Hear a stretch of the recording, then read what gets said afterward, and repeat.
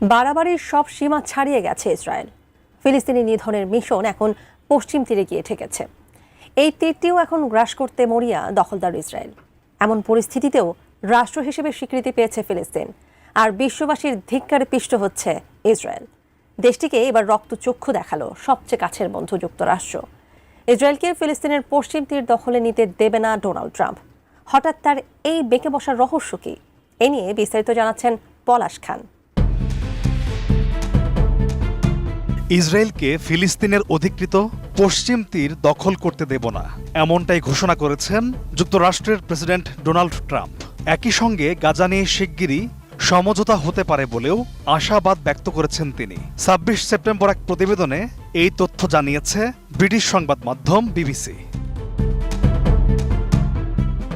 সংবাদ মাধ্যমটি বলছে, শুক্রবার জাতিসংঘ সাধারণ পরিষদে ভাষণ দেওয়ার কথা রয়েছে বেনিয়ামিন নেতানিয়াহুর। তার এই ভাষণের আগে বৃহস্পতিবার হোয়াইট হাউসে সাংবাদিকদের ট্রাম্প বলেন, আমি ইসরায়েলকে পশ্চিম তীর দখল করতে দেব না, এটা কোনোভাবেই ঘটবে না। নোভা এলইডি টিভি, ঝকঝকে ছবি, নিখুঁত শব্দ, ৫ বছরের ওয়ারেন্টি। নোভা মানি সঠিক মান, নিশ্চিত সেবা। আগামী সোমবার নেতানিয়াহুর সঙ্গে বৈঠক করবেন ডোনাল্ড ট্রাম্প। বৃহস্পতিবার তিনি আরও বলেন, গাজা নিয়ে সমঝোতা প্রায় কাছাকাছি। মূলত গাজা যুদ্ধ বন্ধ ও পশ্চিম তীরে দখলদারিত্বের অবসান ঘটানোর জন্য ইসরায়েলের উপর বৈশ্বিক চাপ ক্রমেই বাড়ছে।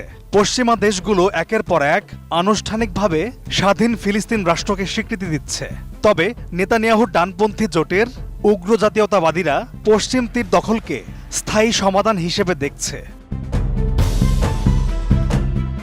এছাড়াও ইসরায়েলকে পশ্চিম তীর দখলের পরিণতি নিয়ে সতর্ক করেছে যুক্তরাজ্য ও জার্মানি। জাতিসংঘ মহাসচিব অ্যান্তোনিও গুতেরেস সোমবার নিউ ইয়র্কে বলেছেন, এ পদক্ষেপ হবে নৈতিক, আইনগত ও রাজনৈতিকভাবে অগ্রহণযোগ্য। এমন অবস্থায় ট্রাম্প সাংবাদিকদের জানালেন, তিনি নেতানিয়াহু সহ মধ্যপ্রাচ্যের অন্য নেতাদের সঙ্গেও কথা বলেছেন। তার ভাষায়, আমরা গাজা নিয়ে সমঝোতার বেশ কাছাকাছি চলে এসেছি, হয়তো শান্তিও হতে পারে। অন্যদিকে জাতিসংঘে দেওয়া ভিডিও ভাষণে ফিলিস্তিনি প্রেসিডেন্ট মাহমুদ আব্বাস ফরাসি শান্তি পরিকল্পনা বাস্তবায়নে বিশ্ব নেতাদের সঙ্গে কাজ করার আগ্রহ জানান। ৮৯ বছর বয়সী আব্বাসকে নিউ ইয়র্ক ভ্রমণের অনুমতি দেয়নি যুক্তরাষ্ট্র। মূলত আব্বাস বৃহস্পতিবার ভিডিও লিঙ্কের মাধ্যমে সাধারণ পরিষদে ভাষণ দেন। যুক্তরাষ্ট্র তাকে ভিসা না দেওয়ায় তিনি নিউ ইয়র্কে এই অধিবেশনে সরাসরি অংশ নিতে পারেননি। তিনি ফিলিস্তিনকে রাষ্ট্র হিসেবে স্বীকৃতি দেওয়া দেশগুলোকে ধন্যবাদ জানান। তবে যুক্তরাষ্ট্র এখনও ফিলিস্তিনকে স্বীকৃতি দেওয়ার বিপক্ষে। ওয়াশিংটনের মতে, এটি হামাসের জন্য পুরস্কার হবে। তবে আব্বাস বলেছেন, শাসন ব্যবস্থায় হামাসের কোনো ভূমিকা থাকবে না। তিনি দাবি করেন, ইসরায়েলি সেনা প্রত্যাহারের পর গাজা উপত্যকার পূর্ণ দায়িত্ব ফিলিস্তিন রাষ্ট্র নেবে এবং পশ্চিম তীরের সঙ্গে এটি সংযুক্ত করা হবে। পলাশ খান, এটিএন নিউজ।